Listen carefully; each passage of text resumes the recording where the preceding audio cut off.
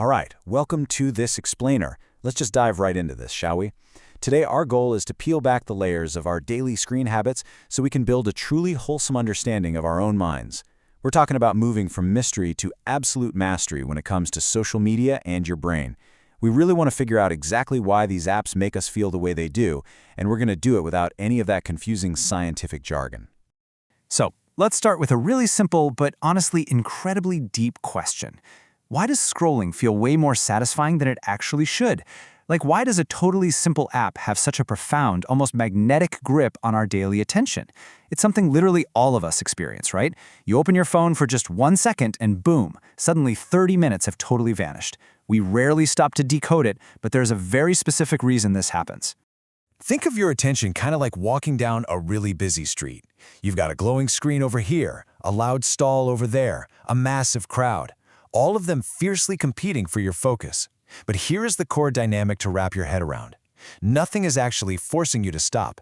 A glowing screen doesn't push you. Instead, it gently but persistently pulls you.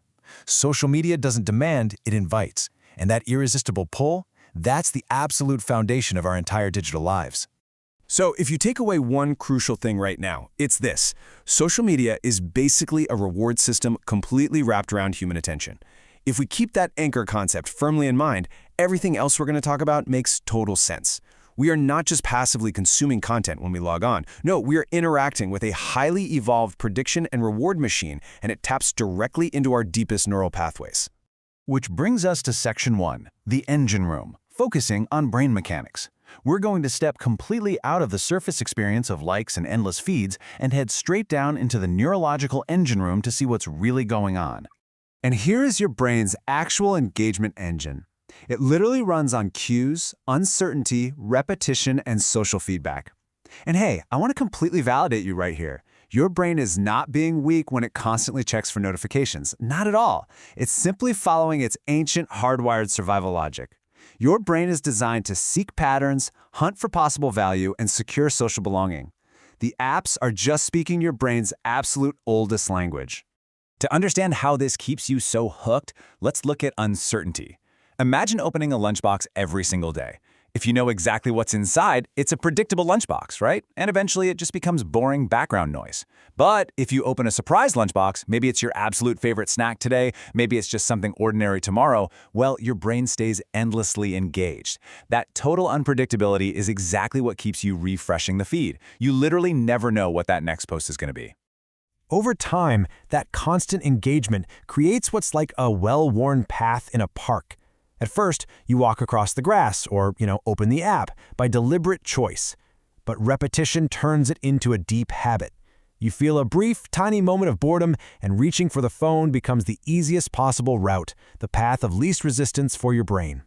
It completely turns what used to be a conscious decision into an automatic, practically effortless reflex. Now, this brings us to one of the most absolutely crucial distinctions of this whole explainer.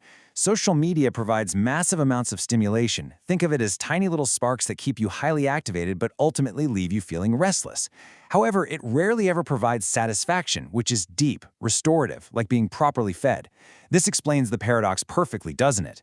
It's why we can feel highly entertained and super alert for hours, yet end up feeling completely exhausted and unnourished when we finally put the phone down.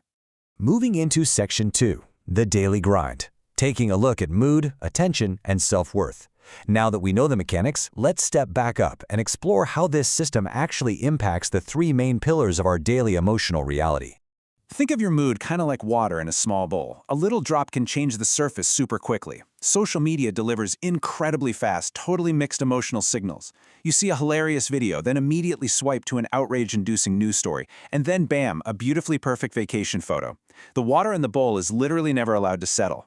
That explains exactly why an app can feel like a source of profound comfort and connection 1 minute and completely draining the very next. And it doesn't just mess with our mood, it fundamentally alters our focus. Think of your attention as a rope, one that's constantly being frayed by these short little loops. Social media essentially trains the spotlight of our attention to expect rapid novelty, super quick switching, and constant interruption. And because our brain's baseline adapts to this high-speed environment, slower, deeper tasks, like, say, reading a long article or doing focused work, suddenly start to feel uncomfortably dull and really difficult by comparison. And then, of course, we enter the deeply personal realm of self-worth. Imagine standing in a room entirely full of angled mirrors. This is an incredibly powerful visual for what your feed actually is. These mirrors aren't reflecting raw, boring, neutral reality.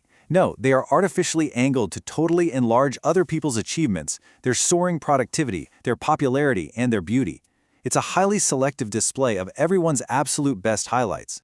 So, surrounded by all those angled mirrors, our brain naturally asks the big question, where do I stand? And again, I really want to emphasize that asking this comparison question is deeply fundamentally human. We are biologically wired to assess our social standing for survival, but the danger here is immense. We are using a heavily curated, totally distorted highlight reel as a measuring stick for our own messy, unfiltered, behind-the-scenes lives.